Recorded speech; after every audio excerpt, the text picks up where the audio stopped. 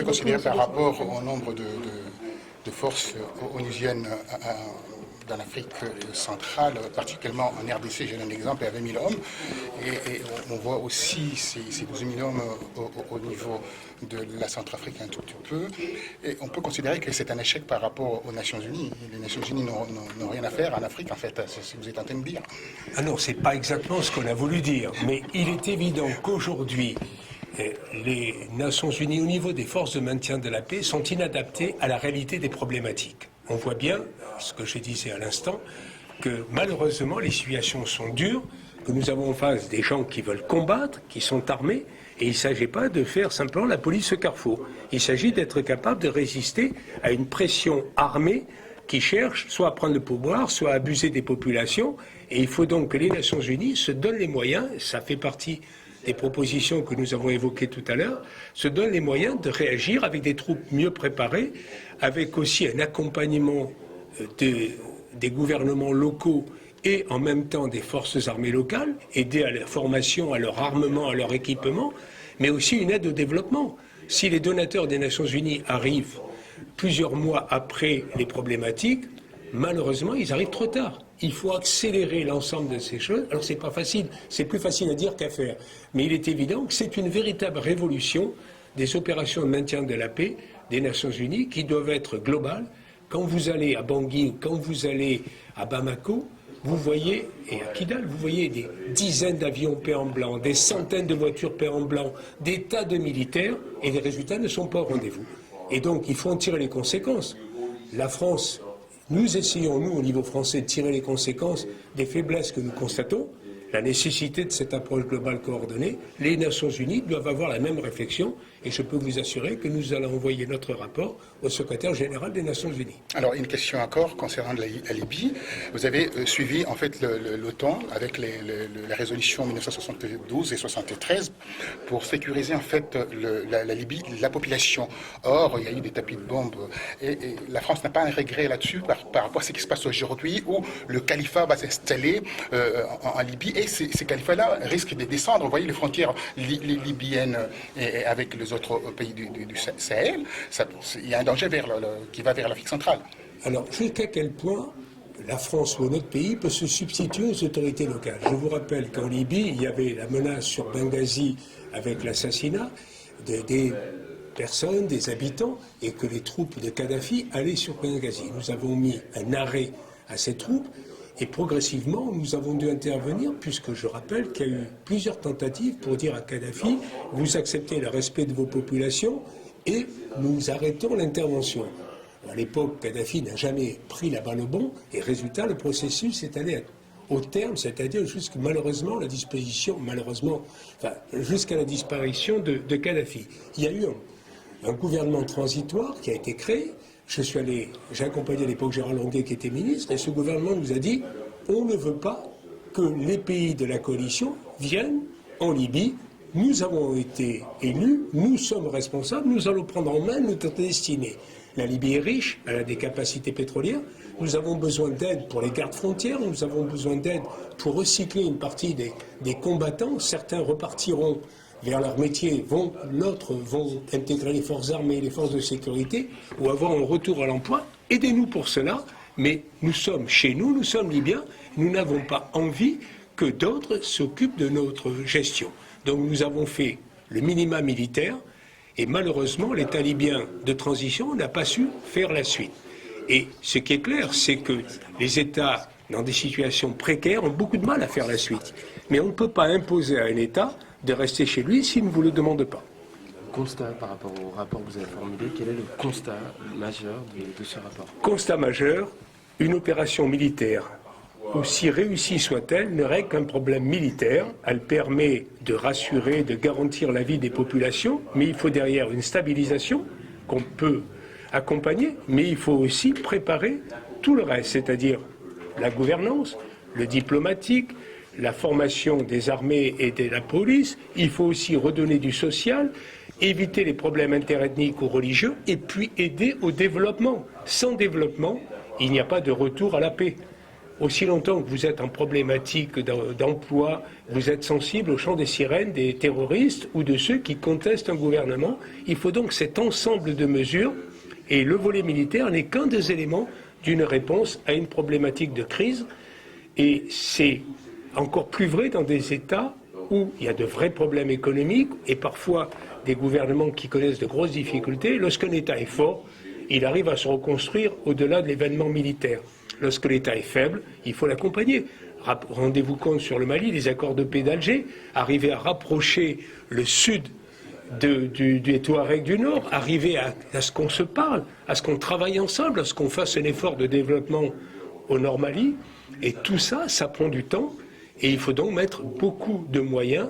Et ce moyen dépasse les capacités de la France. Il faut que la France le fasse, bien sûr, et qu'elle conçoive dès le départ ses opérations extérieures avec un volet militaire, mais aussi un volet d'aide au développement et d'aide à la gouvernance. Mais il faut aussi que ses partenaires européens ou des Nations Unies fassent de même. Autrement, nous irons collectivement à l'échec et toute la bande sahélienne risque de souffrir dans la durée. Il y a la poussée Daesh, mais il y a aussi les poussées ethniques que j'ai évoquées ou religieuses qui sont fortes sur la zone. C'est une zone un peu sinistrée par rapport à la sécheresse, par rapport à un environnement difficile. Il faut donc faire un effort spécifique sur cette zone. Il faut un plan Marshall pour la zone sahélo-saharienne. Et ce plan Marshall, il dépasse la France. Et moi, pour conclure, je reviens juste sur un point en particulier. Vous avez évoqué votre inquiétude vis-à-vis de la situation en Tunisie.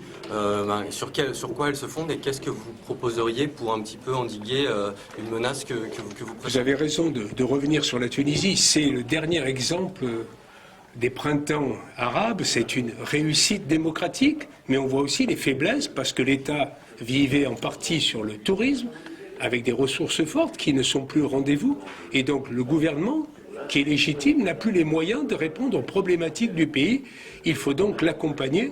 Nous avions reçu il y a quelques mois le Premier ministre lorsqu'il était de passage en Europe et à Paris notamment. J'étais avec le président Larcher pour le recevoir. Il attend de l'argent, il attend de la formation, il attend de l'accompagnement. Mais il est évident que si l'Europe, si le monde n'accompagne pas la Tunisie au niveau budgétaire, au niveau économique, la Tunisie va craquer. Parce que la pression de Daesh est forte. L'attente des populations qui s'est manifestée à l'époque contre le gouvernement en place existe toujours. Les gens qui étaient au chômage sont toujours au chômage. Si dans 2 ans, 2 ans, 3 ans, ils sont au chômage, l'explosion aura lieu et on va avoir une explosion ou une implosion de la Tunisie et ça serait catastrophique puisqu'elle est le pilier central de tout le Maghreb.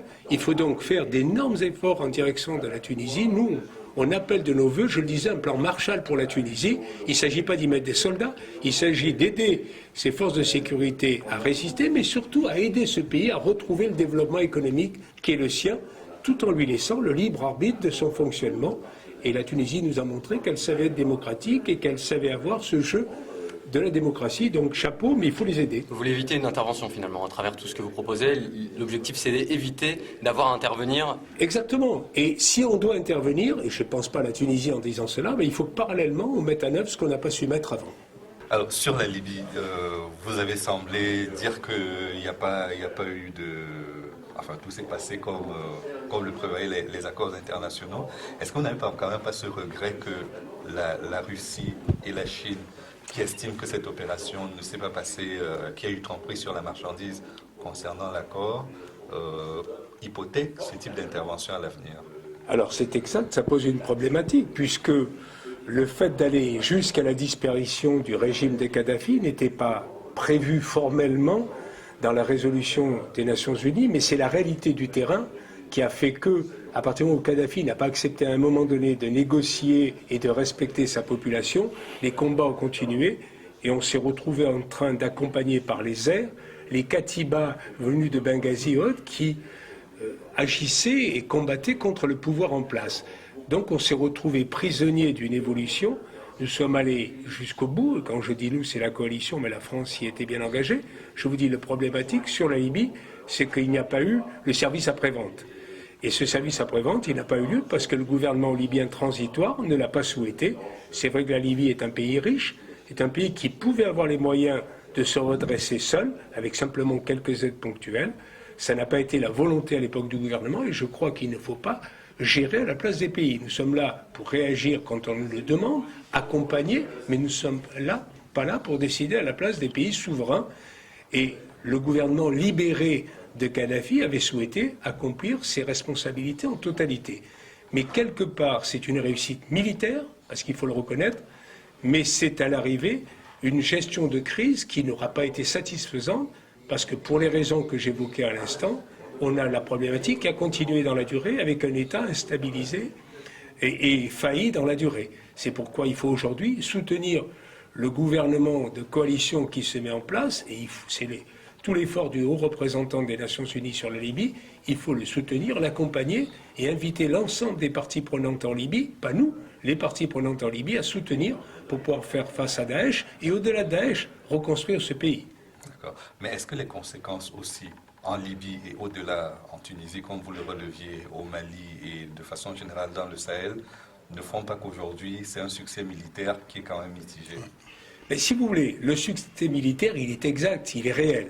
Après, qu'il ait des répercussions négatives, c'est évident. À partir du moment où un État fort, comme celui de Kadhafi, qui tenait toutes les tribus, parce que la Libye, c'est avant tout une addition de tribus sous sa coupe, il réglait les problèmes par une sécurité inacceptable, par une dictature, même si elle ne disait pas son nom.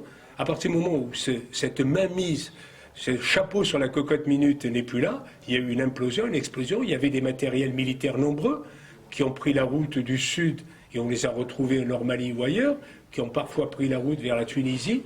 Et on voit bien que la réponse militaire a sauvé des milliers, des dizaines de milliers d'habitants de Libye, notamment de la Cyrénaïque et de la zone de Benghazi, mais en même temps, on a géré un autre problème. Voilà pourquoi nous disons l'intervention militaire doit se concevoir dans une approche globale. J'y vais, pourquoi faire?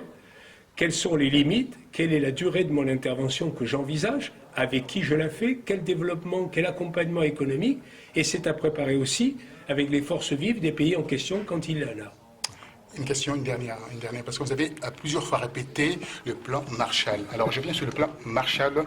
Oui, c'est parce que c'est quelque chose qui passe. Pardonnez-moi, le plan Marshall européen, c'est la mainmise des États-Unis sur l'Europe. Alors vous voulez qu'il y ait une mainmise de l'institution européenne non, sur l'Afrique? j'emploie le terme plan Marshall parce que ça dit bien que c'est une aide importante. Et je remarque que les États-Unis n'ont pas mis la main sur l'Europe. Si. Bon, mais non, je crois que ça veut dire concentrer tous ces efforts économiques et budgétaires pour accompagner la Tunisie. Il ne s'agit pas de la gérer à sa place. J'ai bien dit que chaque État était souverain. Et la Tunisie est un exemple de démocratie réussie. Dans un environnement très difficile, avec une dimension économique que vous connaissez. Mais quand on parle de plan Marshall, c'est le symbole du plan Marshall. Je consacre tous les crédits. Et c'est ce que nous disons pour la France en général. Nous n'avons pas beaucoup de moyens pour aider beaucoup de pays.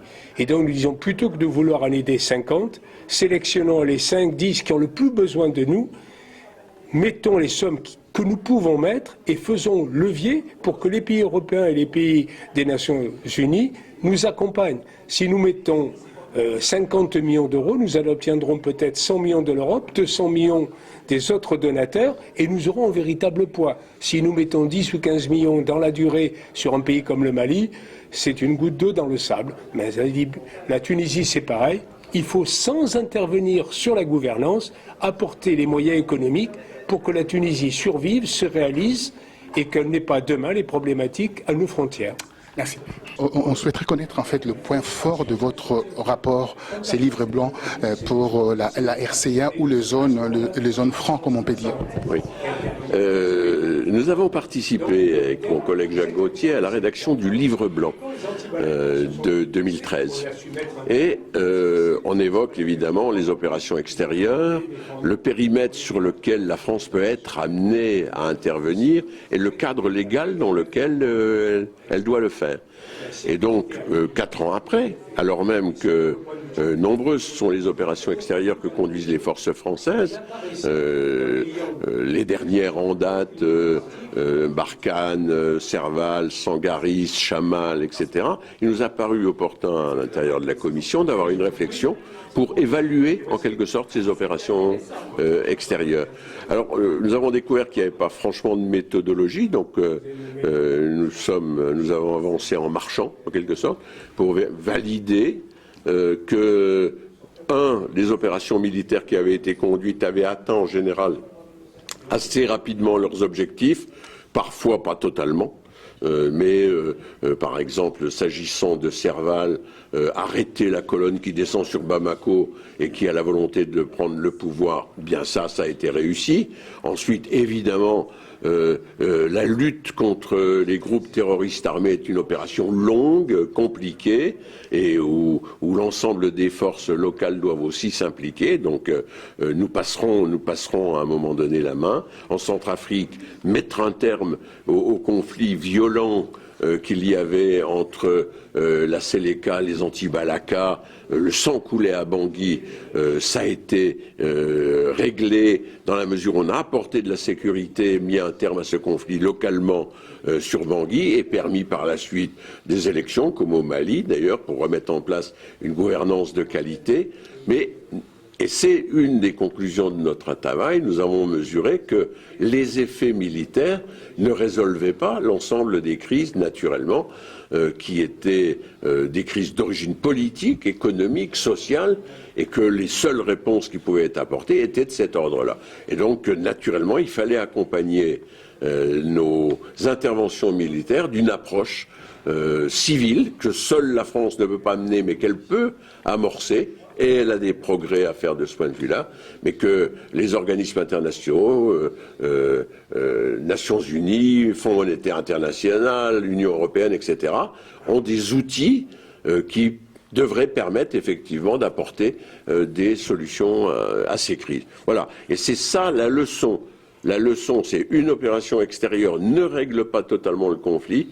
Il faut l'accompagnement nécessaire civil par la suite, de façon à ne plus avoir à réintervenir. Voilà, c'est ça notre leçon essentielle. Alors l'accompagnement civil, dans la problématique civile, et dans cette problématique, il y a un problème grave et ethno-tribal en Centrafrique. Comment réglez-vous ces problèmes ?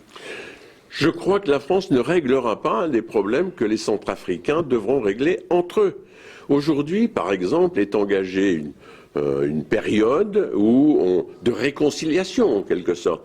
Et ça passe par un certain nombre de phases qui nécessitaient la mise en place d'un pouvoir politique dont d'autorités légitimes en quelque sorte et qui doivent organiser elles-mêmes. Alors s'agissant par exemple des forces aériennes, vous savez qu'aujourd'hui il y a 8000 ou 8500 hommes qui figurent sur les registres des forces de Centrafrique.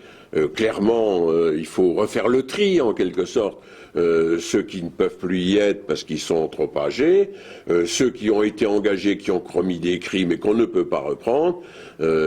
Et donc cet exercice de démobilisation, réintégration, réconciliation est un exercice politique qui doit être conduit, et de ce point de vue-là, les organisations internationales, les autorités internationales peuvent accompagner les autorités locales, mais c'est aux autorités locales à le conduire. Alors, vous mettrez votre gendarme en place, votre gendarme qui est M. Déby, qui est un dictateur terrible, pour gérer en fait la région ? Non, je ne pense pas qu'on va décider que... c'est les Africains qui décideront eux-mêmes des moyens qu'ils mettront en place. Mais ils en ont la responsabilité. Nous, la responsabilité que nous avons depuis à peu près une vingtaine d'années, c'est de permettre à l'Union africaine et à ses représentations régionales de trouver une légitimité et une organisation qui lui permettent de régler les conflits à l'intérieur de ces sous-régions en question. Et ça, vous trouverez, et la France et l'Union européenne, prêtes à les aider, mais c'est elles qui prendront les décisions.